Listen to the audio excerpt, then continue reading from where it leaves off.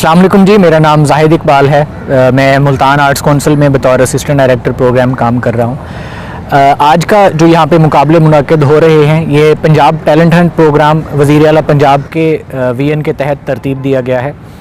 Last year भी हमने पूरे पंजाब में ये मुकाबले मुनक़िद कराए थे, हर डिवीज़न में, फिर हर डिस्ट्रिक्ट में ये मुनक़िद हुए थे आर्ट्स कौंसिल के थ्रू। इस साल भी जो मुकाबले हैं 6 कैटेगरीज़ में मुकाबले हो रहे हैं यहाँ पे। पहले डिस्ट्रिक्ट लेवल पे, फिर डिवीज़नल लेवल पे और उसके बाद प्रोविंशियल लेवल पे होंगे। इस साल की जो कैटेगरीज़ हैं उनमें म्यूज़िक है, उसमें पेंटिंग है, क्राफ्ट्स है, लिटरेचर है, फोक डांस है और थिएटर है। फोक डांस और थिएटर जो है वो ग्रुप परफॉर्मेंसेस हैं और बाकी सारी जो है वो इंडिविजुअल परफॉर्मेंसेस हैं। इनके लिए इनामात भी रखे गए हैं, जो हर कैटेगरी के टॉप 3 पोजीशन होल्डर्स होंगे उनके लिए इनामात हैं।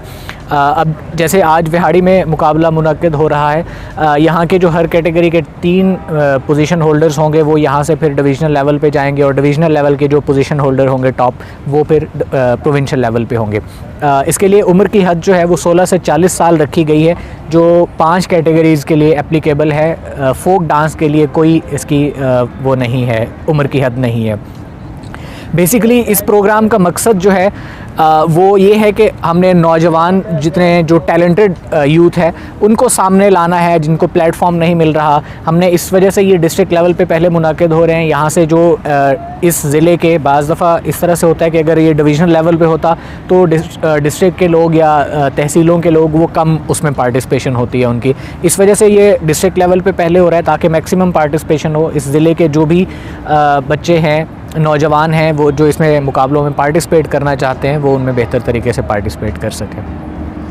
सर क्या कहेंगे, मैं ये देखता हूँ कि ये बिग सिटीज़ में जो है ना फ़ाइन आर्ट्स का सब्जेक्ट बहुत ज़्यादा यानी ऑलरेडी वो प्रमोट भी है, यहाँ पर इसका इतना ट्रेंड नहीं है। क्या समझते हैं कि इस तरह की एक्टिविटी से आप ये टैलेंट जो है विहाड़ी का टैलेंट ख़ास तौर पे, ये तो मुल्तान डिवीज़न से आए हुए सारे लोग हैं, तो क्या ये उजागर होगा?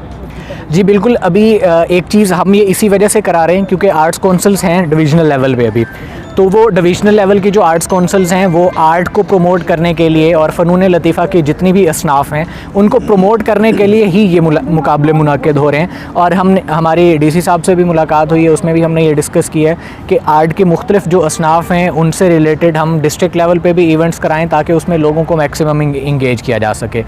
इसका एक तो जो सबसे बड़ा फ़ायदा होता है वो ये होता है कि हम जब इस तरह की एक्टिविटीज़ कराते हैं, इवेंट्स कराते हैं, उसमें हमारे मुल्क में जो एक तकरीबन 2-3 दहाइयों तक जो एक दहशतगर्दी की लहर रही है, उसके बाद से अवाम में एक बेचैनी और एक अजीब सी एक माहौल क्रिएट हो गया था। तो अब उस माहौल को एक मुस्बत अंदाज़ में जो है वो ढालने के लिए वो भी इस तरह की एक्टिविटीज़ इंशाल्लाह आपको फ्यूचर में भी यहाँ पे ज़िला में भी और दूसरे शहरों में भी इंशाल्लाह ये देखने को मिलेंगी। सर क्या समझते हैं कि पंजाब गवर्नमेंट जिस तरह उसका ये इक़दाम है, बहुत अच्छा टैलेंट है वो पंजाब से तैयार कर रहे हैं एज एन सब्जेक्ट, हमारे सिटीज़ में तो ये चीज़ नहीं है कि फ़ाइन आर्ट्स का कोई सब्जेक्ट हो किसी यूनिवर्सिटी में या किसी स्कूल कॉलेजेस में, तो इसके लिए कोई इक़दामात जो है वो गवर्नमेंट कर रही है? जी इंशाल्लाह इसमें तो एकेडेमिया को किरदार अदा करना है क्योंकि अभी तक कुछ ऐसे शहर हैं जिनमें यूनिवर्सिटीज़ भी नहीं हैं, तो इंशाल्लाह गवर्नमेंट इस हवाले से दूसरे शहरों में भी अब ज़िले सतह पे भी बहुत सारे शहरों में यूनिवर्सिटियाँ बन चुकी हैं, दूसरे शहरों में भी जैसे विहाड़ी में भी कुछ यूनिवर्सिटीज़ हैं। तो अब कुछ प्राइवेट यूनिवर्सिटीज़ हैं, कुछ गवर्नमेंट यूनिवर्सिटीज़ के कैंपस हैं, तो यूनिवर्सिटी इंतज़ामिया को भी इस चीज़ में आगे आना चाहिए और वो जो है फ़ाइन आर्ट्स से रिलेटेड जो कुछ प्रोग्राम्स हैं वो शुरू करें ताकि आर्ट को और फ़ाइन आर्ट्स को और आर्ट की मुख्तलिफ़ जो असनाफ़ हैं उन सब को अपलिफ्ट करने में मदद मिल सके। Thank you sir, thank you. Thank you so much.